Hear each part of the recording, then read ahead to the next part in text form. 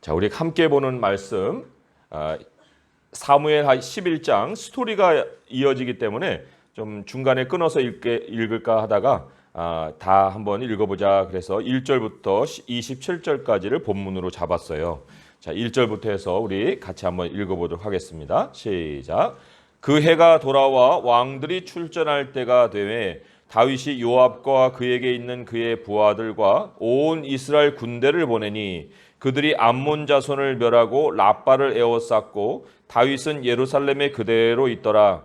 저녁 때에 다윗이 그의 침상에서 일어나 왕궁 옥상에서 거닐다가 그곳에서 보니 한 여인이 목욕을 하는데 심히 아름다워 보이는지라. 다윗이 사람을 보내 그 여인을 알아보게 하였더니 그가 아뢰되 그는 엘리암의 딸이요 햇사람 우리아의 아내 밧세바가 아니니까 하니 다윗이 전령을 보내어 그 여자를 자기에게로 데려오게 하고 그 여자가 그 부정함을 깨끗하게 하였으므로 더불어 동침함에 그 여자가 자기 집으로 돌아가니라. 그 여인이 임신함에 사람을 보내 다윗에게 말하여 이르되 내가 임신하였나이다 하니라.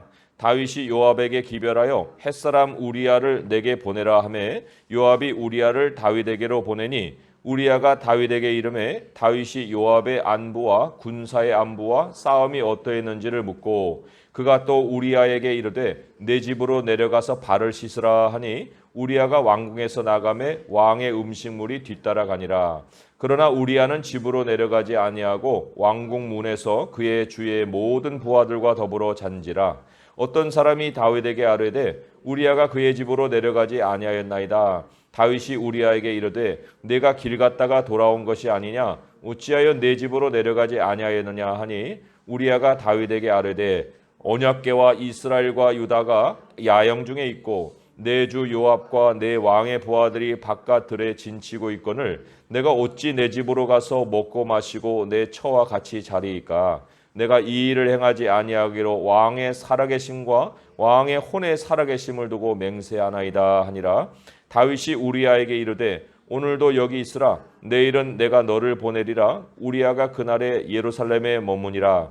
이튿날 다윗이 그를 불러서 그로 그 앞에서 먹고 마시고 취하게 하니 저녁 때에 그가 나가서 그의 주의 부하들과 더불어 침상에 눕고 그의 집으로 내려가지 아니하니라. 아침이 되매 다윗이 편지를 써서 우리아의 손에 들려 요압에게 보내니 그 편지에 써서 이르기를 너희가 우리아를 맹렬한 싸움에 앞세워두고 너희는 뒤로 물러가서 그로 맞아 죽게 하라 하였더라. 요압이 그 성을 살펴 용사들이 있는 것을 아는 그곳에 우리아를 두니 그 성 사람들이 나와서 요압과 더불어 싸울 때에 다윗의 부하 중 몇 사람이 엎드러지고 햇사람 우리아도 죽으니라.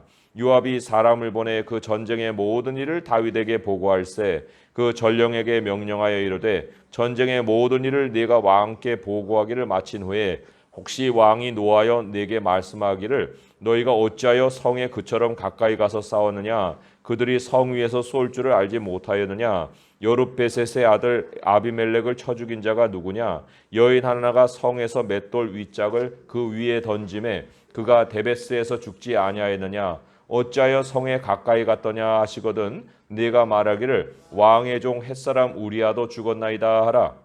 전령이 가서 다윗에게 이르러 요압이 그를 보낸 모든 일을 다윗에게 아뢰어 이르되 그 사람들이 우리보다 우세하여 우리를 향하여 들러 나오므로 우리가 그들을 쳐서 성문 어기까지 미쳤더니 활 쏘는 자들이 성 위에서 왕의 부하들을 향하여 쏘매 왕의 부하 중 몇 사람이 죽고 왕의 종 햇사람 우리아도 죽었나이다 하니 다윗이 전령에게 이르되 너는 요압에게 이같이 말하기를 이 일로 걱정하지 말라. 칼은 이 사람이나 저 사람이나 삼키느니라. 그 성을 향하여 더욱 힘써 싸워 함락시키라 하여 너는 그를 담대하게 하라 하니라.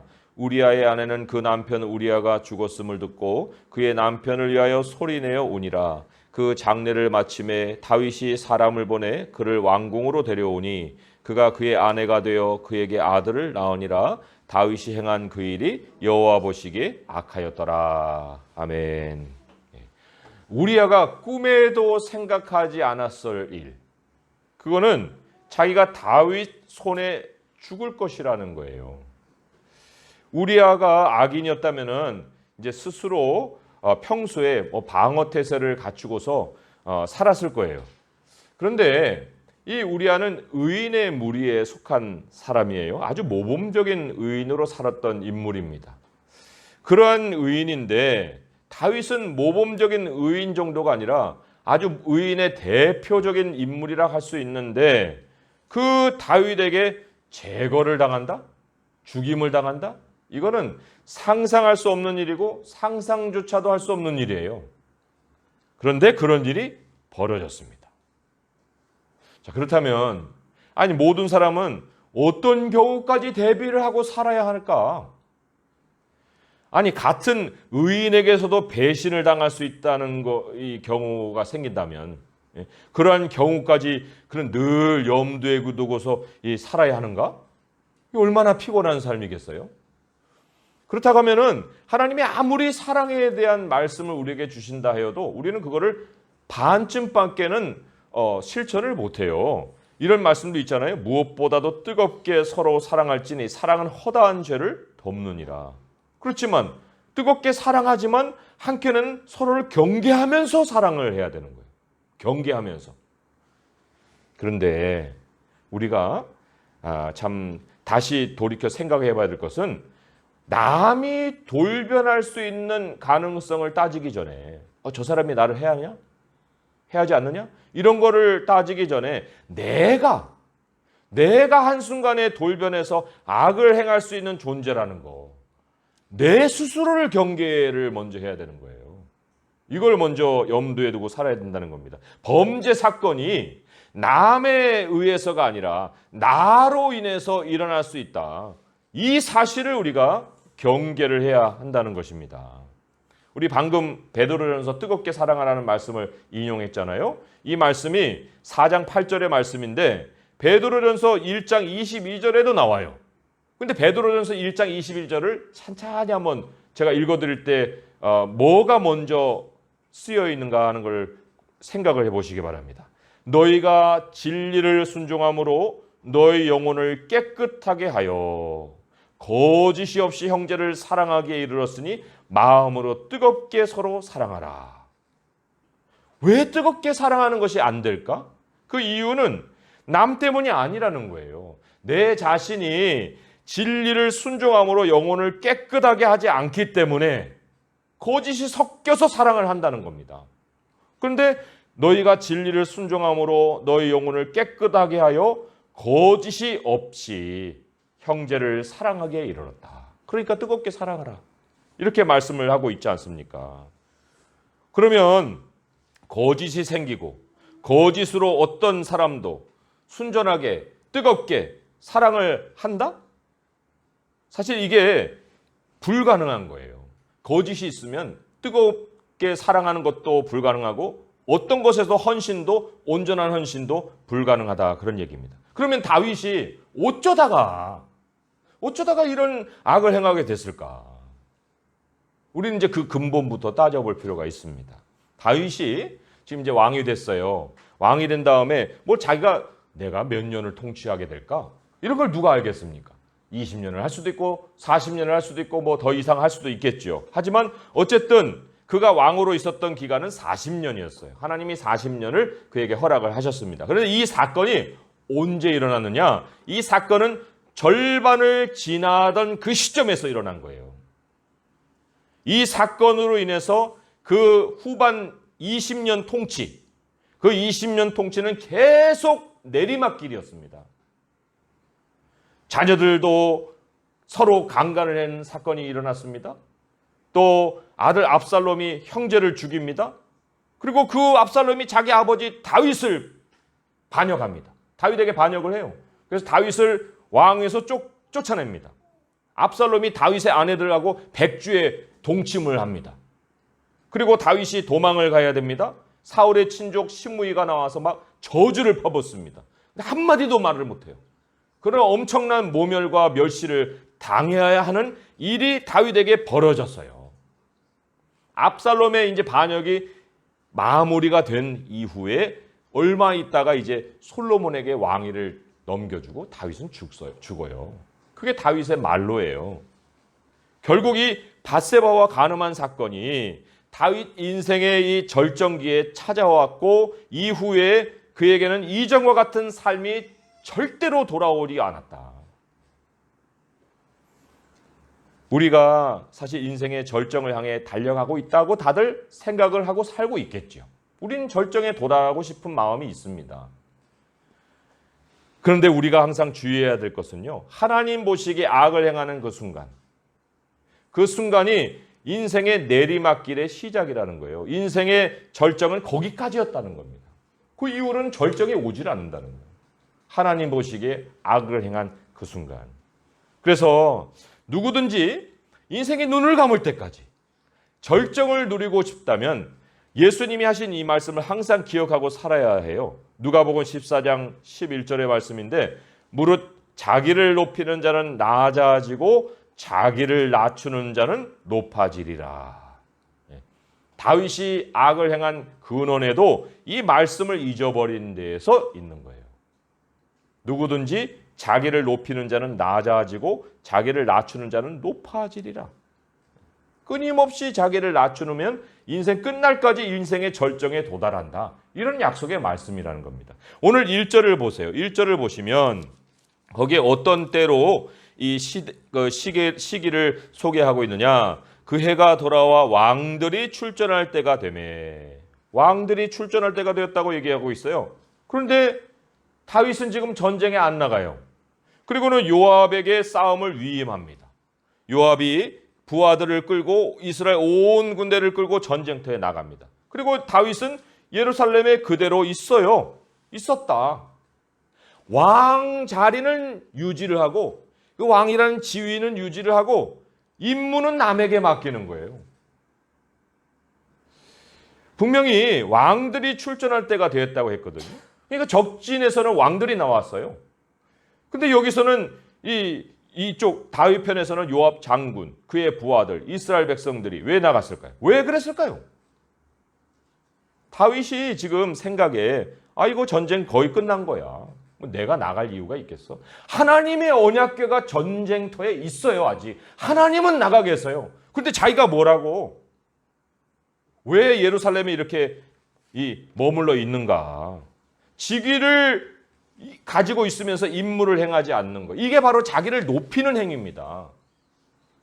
아마 사회의 많은 사람들은 이게 행복이라고 생각할 거예요. 군대에서 고참이 되면은 임무는 있지만 안 해요. 쫄병을 시켜요. 직위는 있습니다. 그리고는 자기 시간을 누리지요. 그런 것을 보고서 참 부러워합니다. 쫄병들은 부러워해요. 그런 삶을. 나도 언제 병장 되지? 근데 어느 장소에든지 간에 일은 남에게 시키고 자기는 자리만 유지하는 사람들은 다 있습니다. 다 있어요. 아니 더 높아질 궁리만 하고 노비 활동에 분주하죠. 이런 사람들의 특징이 뭐냐? 자기 임무는 해이하고 다른 사람의 일에는 참견하고 자기 비리는 철저히 입막음을 해놓는 거. 이게 이 사람들의 공통이에요. 다윗이 예루살렘에 그대로 있을 때 뭘 했습니까? 주어진 임무도 안 하는 사람이 뭐 다른 충성된 임무를 했겠어요? 자기 일도 안 하는 사람이 남의 일을 도왔겠습니까? 그럴 일은 없어요. 임무에 느슨해지면 반드시 영적으로 도덕적으로 해이해지게 되어 있습니다. 그래서 2절에 보니까 저녁 때에 다윗이 그의 침상에서 일어났다 이렇게 나와요. 잘 때인데 그때 일어난 거예요. 그리고는 돌아다니고 있습니다. 삶이 흐트러져 있다는 신호예요. 밤중에 일어나서 돌아다니는 거. 대낮에 2시고 3시고 간에 해가 뜨는지도 모르고 그냥 그때는 자버리고. 이 사이클이 흐트러져 버린 거예요. 이때 벌어진 일이 뭐예요? 하나님 보시기에 악한 일이 벌어졌잖아요. 그러니까 악행이 시작되는 것은 하와의 경우도 마찬가지지만 판단의 기준이 이제 감각적으로 바뀌어 있을 때, 생활의 사이클이 망가져 있고 판단의 기준이 감각으로 바뀌어 있을 때인데 2절에 보면 그렇게 바뀌어 있던 그 모습을 이렇게 표현을 하고 있습니다. 거닐다가 옥상에서 으스렁으스렁 거닐다가 그곳에서 이 본이라는 말이 나와요. 한 여인이 목욕을 하는데 심히 아름다워 보이는지라. 아름답다 이런 게 아니고 아름다워 보이는지라. 이게 자기의 눈이 그 여인을 향해 지금 주목하고 있는, 다윗의 감각이 지금 작용하고 있는 것을 보여주고 있는 이런 현상이에요. 밧세바가 뭐 목욕을 한 게 뭐 남자를 유혹하기 위한 게 아니에요. 그러니까 저녁 때 했다고 하잖아요. 이거는 여인이 생리기간을 끝내면은 자신을 깨끗하게 하는 법을 지켜야 되는 거예요. 이게 율법이에요. 율법을 행하고 있는 거예요. 그리고 또 성경은 여기에서 뭐를 확실히 우리에게 알려주느냐. 그렇기 때문에 밧세바가 가진 아이는 우리아이가 아니다. 이걸 지금 우리에게 알려주는 거예요. 군인들은 전장에 나가고 다윗은 생활 사이클이 깨져 있고 밤중에 일어나 돌아다니면서 영적 게으름 속에 찾아온 것이 죄의 덫이다. 감각으로 할 거리를 찾아다녔다. 이미 해야 될 일은 놔두고 감각으로 또 해야 할 일이 뭐냐. 그걸 찾아다녔다는 거예요. 처음에 다윗은 아주 사적으로 그 여인의 뒷병을 알아보게 합니다. 그게 이제 3절에 다윗이 사람을 보내 이런 말이에요. 사람을 보내. 사람을 보냈다는 거는 알리고서 보낸 게 아니라 뒤로 보낸 거예요. 그런데 우리아의 아내 밧세바입니다. 정보가 옵니다. 우리아의 아내 밧세바? 우리아의 아내? 그럼 여기서 멈춰야 되죠. 멈춰야죠. 율법에 뭐라고 써 있어요? 레위기 20장 10절에 누구든지 남의 아내와 간음한 자 곧 그의 이웃의 아내와 간음한 자는 그 간보와 음부를 반드시 죽일지니라. 이게 법이에요. 아니 얼마나 율법을 알고 있는 다윗이었겠어요. 그러니까 여기서 멈춰야 멈춰야 되는데 그런데 다윗은 죽는 것이 경고가 됐는데 그런데 계속 일을 진행시킵니다. 이제는 밧세바를 데려오는 일을 공식화합니다. 그 공식화가 어디에 나오냐면 4절에 다윗이 전령을 보내요. 이렇게 나와요. 사람 보낸 게 아니고 전령을 보냈어요. 이거는 권세를 이용했다는 거예요. 압력을 사용해서 밧세바를 궁으로 불러들였다. 그리고는 여기 4절에 이런 말이 있어요. 그 여자를 자기에게로 데려오게 하고 그 여자가 그 부정함을 깨끗하게 하였으므로. 이 말이 그냥 쓰인 게 아니에요. 이게 무슨 얘기냐? 밧세바가 임신할 수 있었다는 걸 다윗이 알았다는 거예요. 밧세바가 적어도 그것을 다윗에게 경고했다는 겁니다. 내가 부정함을 깨끗하게 했습니다. 그런데 그럼에도 불구하고 다윗은 여기서도 멈추지 않습니다. 그리고 동침을 하고 여인은 자기 집으로 돌아갑니다. 아마도 다윗은 여기서 일이 끝났겠거니 생각을 했을 거예요. 그런데 욕심을 실행을 하면, 욕심을 마음에 담아놓는 게 아니고 욕심을 실행을 하게 되면 반드시 죄라는 결과를 낳습니다. 죄라는 결과를 낳는다. 5절에 보니까 이 여인이 임신함에 사람을 보냈다. 사람 보낸 것도 은밀하게 이제 알려줬다. 그런 얘기예요. 은밀한 전가를 넣었는데 내가 임신했습니다. 내가 임신했습니다. 아기를 가졌어요. 다윗은 사실 들키지만 않았을 뿐이지 이미 사형에 해당되는 죄를 범했거든요. 여인이 사실 밧세바도 소리를 질러야 됐어요. 소리를 안 질렀어요. 아니 소리 질렀다는 뭐 말도 없고 안 질렀다는 말도 없지만 어쨌든 간에 간음을 행했기 때문에 밧세바도 들키면 사형인 걸 알고 있는 거예요. 다윗도 알고 있고 밧세바도 알고 있고. 그런데 다윗은 자기 지위가 있기 때문에 공적으로 뭐 율법의 법정 앞에 서가지고 당신 사형 이런 일은 막을 수 있어요. 공적인 재판은 막을 수 있었다는 거예요. 그러니까 백성의 손에 죽는 일은 막을 수가 있었는데 또 다른 경우 때문에 다윗은 죽을 수가 있었습니다. 또 다른 경우가 뭐냐? 이런 경우에요. 잠언 6장 32절에 35절을 제가 읽어드릴게요. 여인과 간음한 자는, 여기 여인은 결혼한 여자를 얘기하는데 여인과 간음한 자는 무지한 자라. 이것을 행하는 자는 자기의 영혼을 망하게 하며 상함과 능욕을 받고 부끄러움을 씻을 수 없게 되나니 남편이 투기로 분노하여 원수 갚는 날에 용서하지 아니하고 어떤 보상도 받지 아니하며 많은 선물을 줄지라도 듣지 아니하리라. 뇌물이 안 통하는 거예요. 남편에게는. 이성이 작동을 안 합니다. 남편의 투기가 일어나면 간음자를 죽이고 만다는 거예요. 우리아의 손에 다윗이 죽을 수 있다는 겁니다. 법정은 피해도 밧세바의 남편에게 죽는 거예요. 그래서 우리아의 아내로 만들려다가 실패를 했어요. 그리고는 우리아를 죽여버립니다. 자기가 살려고. 아무도 의심하지 못하도록 전쟁터에서 전쟁하다가 죽게 만든 거예요. 그것뿐만 아니에요. 장례식을 마치자마자 밧세바를 데려와요. 왜냐? 남편 없는 여인이 애를 낳았다? 죽는 것뿐만 아니라 그 애 누구의 애야? 캐묻거든요. 그러면 거기에서 또 뒤를 캐버리면 악의 아빠는 다윗이요 밝혀지면 또 자기 죽는 거예요. 그러니까 이 장례 기간이 며칠이냐면 7일입니다. 아니 어디 남편이 죽었는데 7일 후에 아내를 데려와가지고 자기 아내를 삼습니까? 그런데 어쨌든 그렇게 데려와서 자기 아이인 것처럼 다시 또 꾸미는 거예요. 우리 아이처럼 꾸려다가 이제 안 됐으니까 자기 아이로 꾸며야 되니까 빨리 데려와야 되죠. 그리고는 아기까지 낳았어요. 모든 일은 잘 이제 무마가 됐어요. 그렇게 생각을 했을 거예요. 그런데 27절 마지막 한마디가 다윗 인생을 내리막길로 치닫게 했다. 마지막에 뭐라고 써 있습니까? 다윗이 행한 그 일이 여호와 보시기에 악하였더라. 하나님이 시퍼렇게 눈을 뜨고 그 모든 상황을 보셨다는 겁니다. 하나님의 눈을 어떻게 우리가 감기고 우리가 어떤 일을 할 수가 있어요? 하나님의 사전에 없는 단어가 있는데 그게 은폐라는 단어입니다. 은폐. 덮어 감추거나 가려 숨긴다 그런 뜻이잖아요. 누가복음 12장 2절에 감추인 것이 드러나지 않을 것이 없고 숨긴 것이 알려지지 않을 것이 없느니라. 모든 것은 드러난다. 하나님이 감찰하시기 때문에. 사실 우리가 하나님께 허물을 고백하잖아요. 그럼 하나님께 고백한 허물은 하나님이 덮어주세요. 이렇게. 하지만 은폐한 허물은 하나님이 지구 끝까지, 아니 죽어서까지 다 드러내십니다.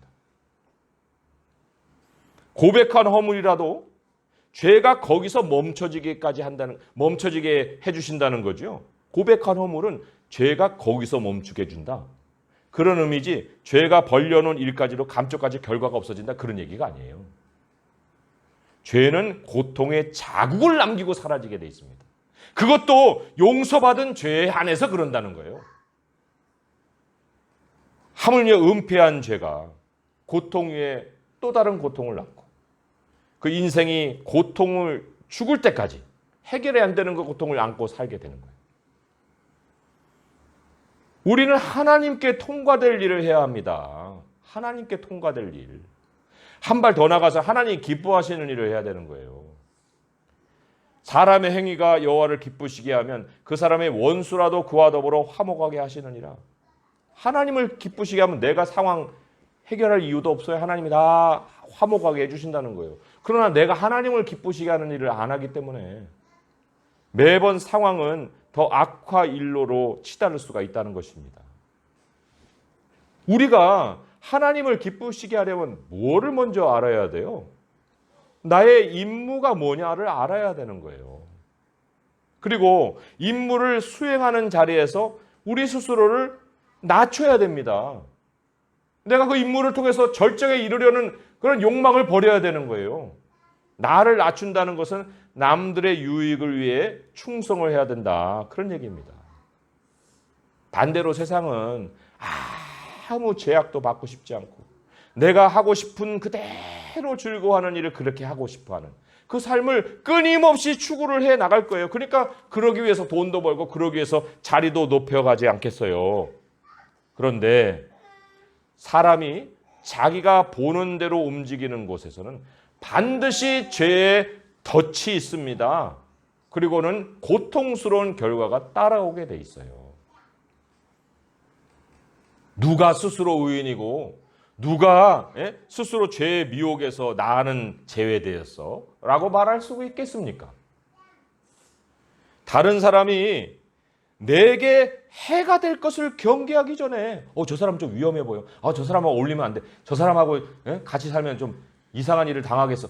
그렇게 다른 사람을 막 도끼 눈으로 볼 것이 아니라 내가 하나님을 떠나서 내가 게으르고 소명을 떠나서 마음이 원하는 것을 하고 하나님의 눈을 의식하지 않고 내 눈만 따라서 하면은 내 자신이 남들에게 해가 되는 일을 벌일 수 있다는 거예요.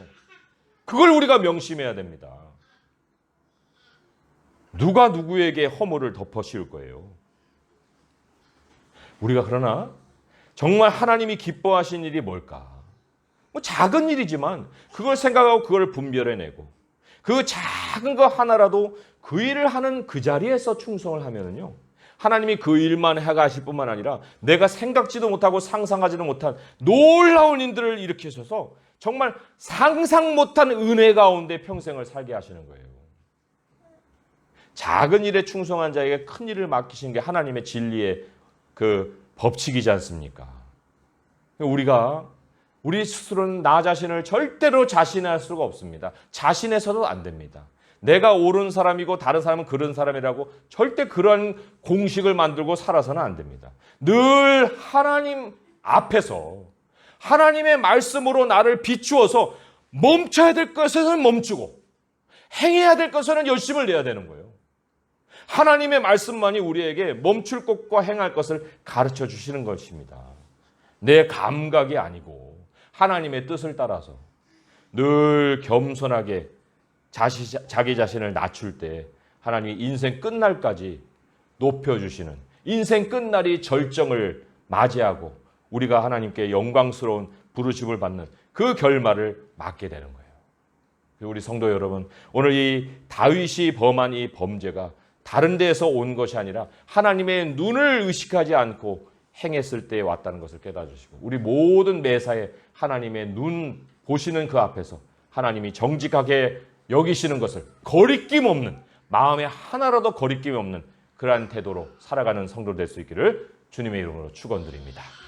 기도하겠습니다. 아버지 하나님, 잠시 욕망을 채우면 평생 고통스러운 일이 따라오고, 잠시 우리가 인내하고 하나님 앞에 우리들이 해야 할 일을 묻고 나아가면 하나님이 그때그때 공급하시는 은혜로 우리의 삶을 채워주십니다. 밧세바를 얻은 것이 세상을 얻은 것이 아니라 밧세바를 얻은 것이 집안이 멸망하는 시작이었습니다. 아버지 하나님, 우리들도 늘 우리 자신을 먼저 경계하게 하소서. 남 핑계대고 살지 않게 하시고 내가 다른 사람에게 해가 되는 인생이 되지 않도록 주 앞에서 늘 우리를 경계하고 살게 하여 주옵소서. 아버지의 말씀만이 우리에게 길이 되시오니 주의 말씀으로 늘 저희들을 비춰보게 하시고 늘 주님의 눈동자가 우리를 보고 계신다는 사실 앞에 우리의 모든 행동거지를 또한 조심하며 살아가게 하시고, 더욱이 우리가 하나님께서 기뻐하시는 일을 행함으로 아버지 보시는데 정말 주님이 기뻐하시는 그 일을 늘 행하며 살아갈 수 있도록 하여 주옵소서. 예수님의 이름으로 감사하며 기도합니다. 아멘.